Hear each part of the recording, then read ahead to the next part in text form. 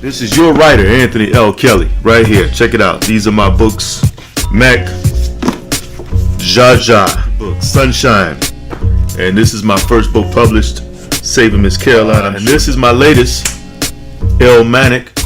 Go check this book out, man. This is a nod at hip-hop on its 50th anniversary. This is a nod to one of the illest MCs to ever do it, Nasir Jones. This is me shedding the light on mental illness. I'll leave all the links in the description box. Salute to everybody who's ever supported me, man. Y'all go support your boy, Anthony L. Kelly. Check till next time. I'm out.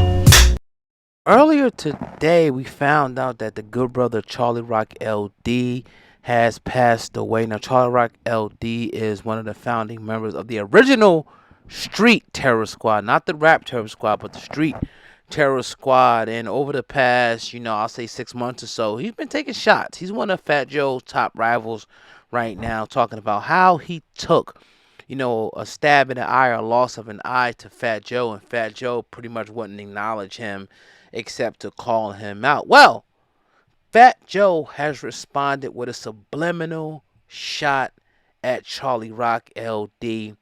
I'm going to show you what I seen from Fat Joe, and then I'm going to give you a little bit more of the story and how we all got to this situation, about how, what Charlie Rock said about Fat Joe, and just give you a history of, the quarrel between the two brothers. And once again, rest in peace, Charlie Rock. With Fat Joe, wow.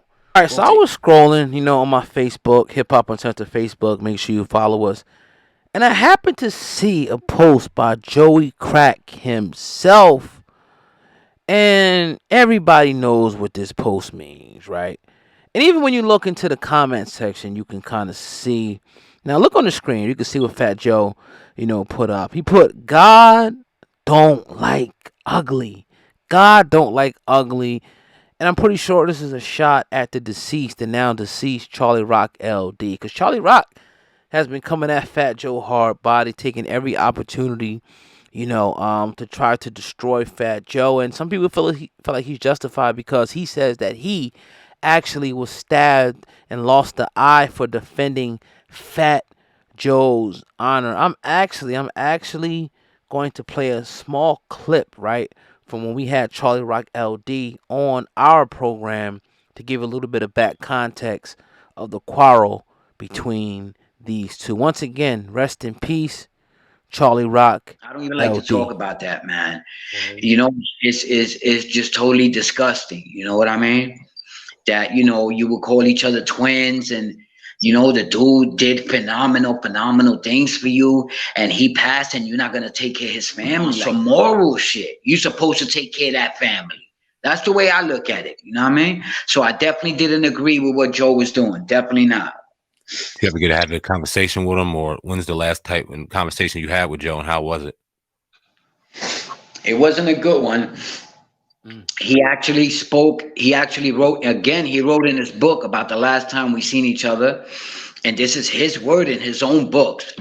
He said the last time he seen Charlie, he calls me C. He don't. Right. Don't say Charlie Rock LD. He says C. So he says the last encounter we had, he was coming out of Hot 97, and I ran up on him, and he said he feel I was gonna straight murder him. And, he said, again, this is his words in his own books, He said, I ran up on him, and I wasn't looking at him in the face, and he thought I was going to straight body him. And, and he said, I granted my movement. How did it go down from your perception? Did it go down the same way that he wrote it in the book? Did you guys conversate? How did it go down in your eyes, if you can speak on it? I would say that's about 90% true what he said. Okay. Say no more. What a lot of dudes don't know is that I came home in 02. In 04, I caught a parole violation. So I went back up top. That's when the 50 Cent, when the G Unit Terror Squad beef was going on. Mm-hmm. So we was in the yard, and some fucking the program came on, and Joe started talking shit about 50. 50 started talking shit about Joe. I was coming home in 4 months, and dudes were straight talking garbage about Joe. At the time, that was my brother. I loved him. being the dude that I am, no way am I didn't look at him as a rapper. I looked at him like, this is my brother. I love him. And ain't no way nobody gonna disrespect him in my presence. You know what I mean? Mm-hmm.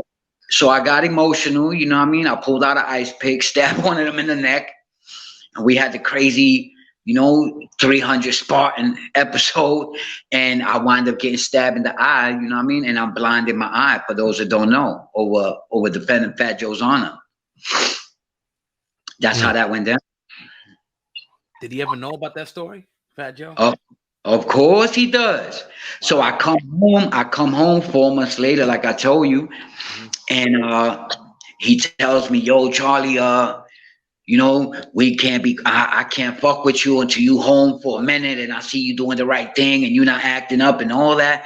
And I'm like, yo, my brother, I just finished losing an eye for you. And you telling me we can't be cool until you think that, until you feel that I'm I like, who the fuck is you, homie? And that's what he used to do. He, he's famous, he's rich, and he got accustomed to everybody kissing his ass. And I wasn't that dude. I would speak to him the same way I always spoke to him. Again, out of respect, I wouldn't disrespect him or talk down to him or nothing. I would talk to him like my brother, like I would always talk to him. Like I'll talk to you on the phone, on the visit, like Charlie Rock is Charlie Rock wherever I go. You know what I mean? So I guess he just got accustomed to everybody, kissing his ass and bowing down, and Charlie wasn't going for it. So when he hit me with the, yo, I know you lost the eye. I thank you for banging out for me, but it is what it is. And I didn't go for it. I basically told him, fuck you, eat a dick. I'm out of here. You're not going to treat me like you do to this niggas. He did that to a few of the dudes. He did it to Raul. He did it to another Terror Squad member named Fat Ant and like 3 or 4 other dudes. If he would get upset with you or you would do something he didn't approve, he would isolate you for a year. Look at the type of shit this dude was on. He would isolate you for a year, a couple of months or whatever, and no contact, no nothing. Then he'll come back, play the hero, give you a couple of dollars and come back. You know what I mean? Like, that's not the way you treat your crew, man. When you're a leader, you don't treat your crew like that. Because what they do is that they hate you. When you're a leader, you're supposed to have dudes love you. You know what I mean? Not hate you. Like, how you gonna treat somebody that you grew up with like that? And, unfortunately, that's the shit he was on. I wasn't going for it. And, that's where our fallout came in. I went on the K-Space show. I aired them out. I even made a couple of diss songs that you can hear on my page, Charlie Rock LD, repping the real. On my playlist, I made a couple of diss songs, got at him and everything. I thought if I rap it to him, he might understand the nigga better. So I'm gonna get on some conspiracy type shit right now. I'm gonna ask you this because we hear everything that goes on in Hollywood and the music industry, people taking oaths and all this shit. And you knew Joe before Joe got famous. And I'm not saying anything about Joe being in any type of secret society, any wild shit. But knowing what we know and knowing your brother beforehand and after the fame, in your estimation, do you think it is something deeper to this music industry shit that does kind of change people in a way that makes them not visible to the real ones that came to him before? Say no more. Of course. You have to be blind not to see it. Dudes cross over to the dark side. It is what it is. And I believe that's what Joe did. Joe crossed over to the dark side. All of a sudden, for the last 3-4 years, Fat Joe is everywhere. He don't even got an album out, but he's all everywhere. Hosting BET, doing this. The nigga's name is Joe now. It ain't hard to tell what happened. You know what I mean? Like, people cross over to the dark side and, as they say, they sell their souls for the riches and the fame. You know what I mean? Yeah, man. And I think fuck the deal. On a personal level, I would never do no shit like that because how are you going to trade a few years of living well and having a couple of M's for an eternity of whatever you're going to go through? Like, that's the crazy fucked up deal. That's what's happening to your boy Ye right now. Ye did whatever deal he wanted to. They kept their side of the bargain. They made him into a billionaire. They turned him into a household name. And now that it's time to pay the piper, your boy Ye is trying to back out. Nah, homie. You made a deal. You signed the papers, homie. It's time to pay the piper. Now all of a sudden he's talking this God shit because he regrets whatever he did. You know what I mean? That's the way I see it. Right. I want to go back a little bit to the if you were around for any things that happened between 50 Cent and Fat Joe. I heard that got to a point where I don't know, hands were laid on people, but it was getting close to where somebody's about to drop. Can you talk about your times with 50 Cent, Terror Squad, and G-Unit beef? Well, that started right before I went in 04 for the violation. I don't remember them being no clashing, no hands on, no nothing. I mean, to my understanding, 50 got tight when Joe jumped on that Ja Rule joint with Jadakiss. I got 100 guns, 100 clips, and you know, so I guess that's when 50 took it personal. Words were exchanged, but as far as, you know, dudes popping off or clapping at each other or whatever, you know, to my understanding, there was none of that. You know what I mean? They kept it crazy in the street, not in the street. No doubt, no doubt. Growing up, when you grew up in the 80s and seeing where we at right now, like you said, you was a stick-up kid early in the conversation. I'm sure you got to do a lot of things that you probably couldn't do now, given the cameras and the type of surveillance that's out here nowadays. You'd be caught up in a couple hours the way they got angles and shit. And then also the culture of social media and how snitch culture almost became, like you said, something that was an ultimate violation. It seemed like not too long ago, and now it's accepted and damn near ignored. People don't even care about it anymore in what is distributed in mainstream. What do you think about all that? How we've changed over time, in particular in certain ways, certain codes that used to be non-negotiable? I mean, again, you're talking to a guy that stood in front of a judge at 18 years old and took 20 years. Let's let that sink in. 20 years.